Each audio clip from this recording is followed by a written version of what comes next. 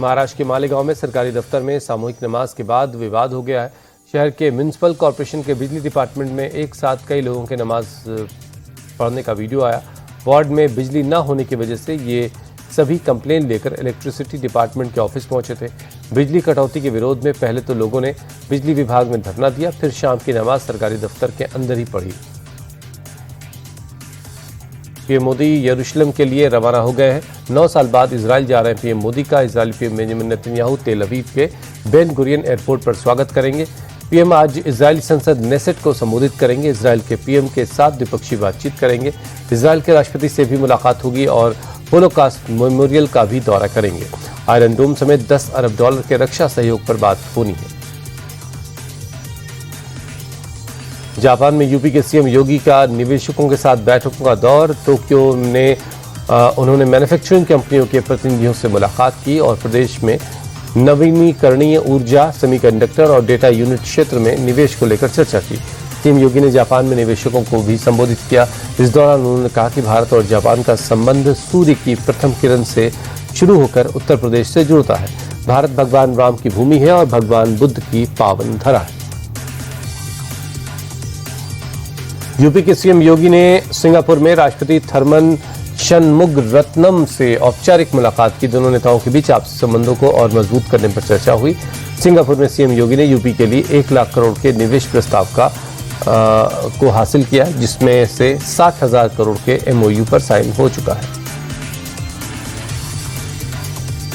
केरल का नाम केरलम किए जाने के प्रस्ताव को केंद्रीय कैबिनेट ने मंजूरी दे दी है, जिसके बाद अब सियासत गर्मा गई है। कांग्रेस सांसद शशि थरूर ने सोशल मीडिया पर तंज कसते हुए कहा कि नए केरलम के निवासियों के लिए केरलाइट और केरलन जैसे शब्दों का अब क्या होगा।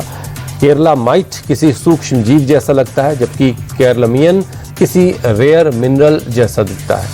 मुख्यमंत्री कार्यालय को चुनावी उत्साह से उपजे इन नए शब्दों के लिए एक प्रतियोगिता शुरू करनी चाहिए।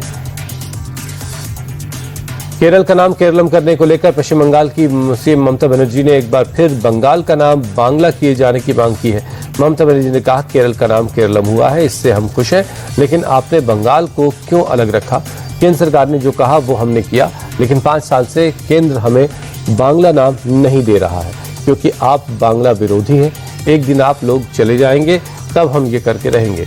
बंगाल का अधिकार बंगाल की जनता को जरूर मिलेगा।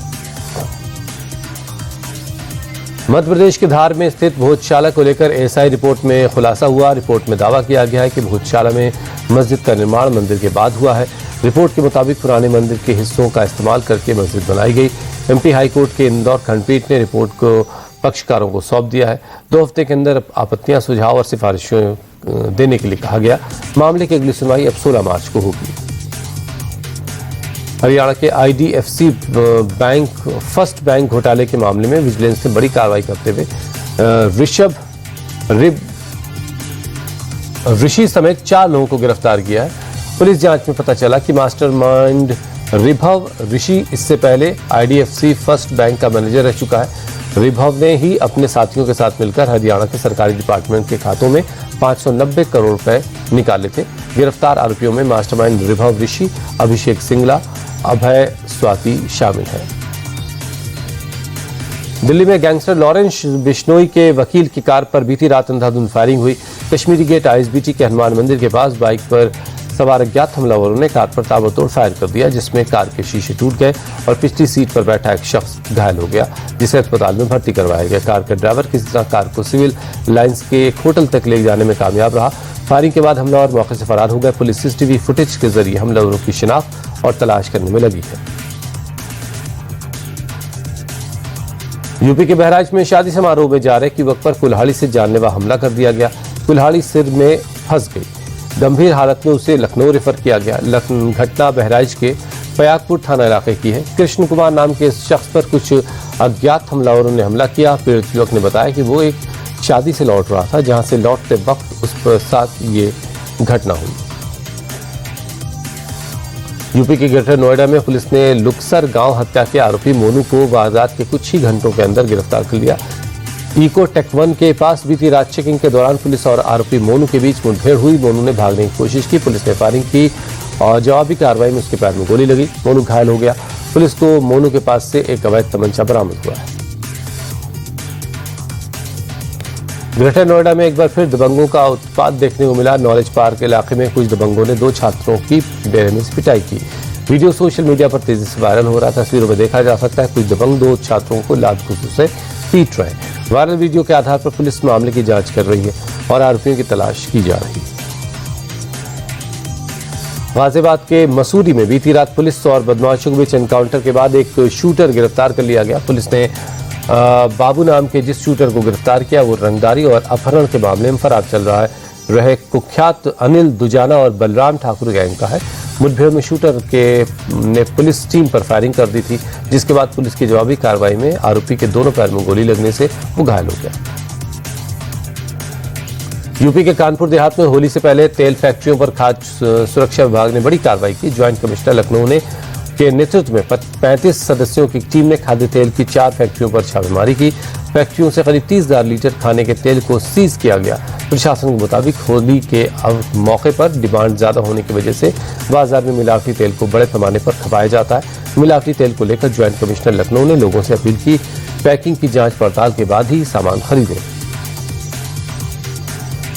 यूपी के मैनपुरी में हाईस्कूल और इंटरमीडिएट की परीक्षा में नकल करने वालों और नकल करवाने पर एसटीएफ ने नकेल कस दी है। एसटीएफ ने सामूहिक नकल करवाने वाले 6 लोगों को गिरफ्तार कर किया है। सॉल्वर गैंग की मदद से 5,000 रुपए में खुलेआम नकल करवाई जा रही थी। नकल करवाने में कॉलेज का प्रबंधक, उसका बेटा और टीचर शामिल हैं। सॉल्वर गैंग के सदस्य पैसे लेकर पेपर सॉल्व कर रहे थे। कॉलेज के प्रिंसिपल की मिलीभगत से नकल करवाई जा रही थी। लखनऊ के ठाकुरगंज में एक शादी में बग्गी चालक की जमकर पिटाई कर दी गई। बताया जा रहा है कि दूल्हे की एंट्री के समय किसी बात को लेकर कहासुनी हुई। इसके बाद कुछ बारातियों ने बग्गी चालक को बेरहमी से पीट डाला। हालांकि मौके पर मौजूद लोगों ने बीच बचाव कर उस मामला शांत करवाया। पिटाई का वीडियो अब सोशल मीडिया में तेजी से वायरल हो रहा है। बिहार के भागलपुर में भीषण सड़क हादसे में 4 लोगों की मौत हो गई, जबकि 11 लोग जख्मी हो गए। यह हादसा राष्ट्रीय राजमार्ग 31 पर हुआ, जब एक बेकाबू बस ने एक मैजिक और एक ऑटो को सामने से टक्कर मार दी। टक्कर इतनी जोरदार थी कि दोनों छोटी गाड़ियों के परखच्चे उड़ गए और 4 लोगों की मौके पर ही मौत हो गई, जबकि 11 और लोग जख्मी हो गए, जिसमें से 5 की हालत गंभीर बताई जा रही है। तमिलनाडु के विक्रमंडी में प्लास्टिक रिसाइकलिंग फैक्ट्री में आग लग गई। फैक्ट्री में आग लगने से अफरा तफरी मच गई। पड़ोसियों के जानकारी के बाद मौके पर पहुंची फायर ब्रिगेड की टीम ने कड़ी मशक्कत के बाद आग पर काबू पाया। फैक्ट्री में रखे प्लास्टिक की वजह से आग तेजी से फैली। आग से किसी तरह की जान का नुकसान नहीं हुआ, लेकिन फैक्ट्री में रखा लाखों का सामान जलकर खाक हो गया है। महाराष्ट्र के छत्रपति संभाजी नगर में कल रात हुए विवाद के बाद 2 गुट आमने सामने आ गए। दोनों तरफ से जमकर पत्थरबाजी हुई। बताया जा रहा है कि विवाद बकरे और कुछ पैसों को लेन देन को लेकर के हुआ, जिसके बाद इसमें लोकल नेता भी शामिल हो गया और उस विवाद काफी ज्यादा बढ़ गया। दोनों तरफ से हुई पत्थरबाजी में कई लोग जख्मी हुए। इस घटना के बाद स्थानीय पुलिस ने मौके पर पहुंचकर हालात को संभाला। 13 लोगों को हिरासत में भी लिया गया है।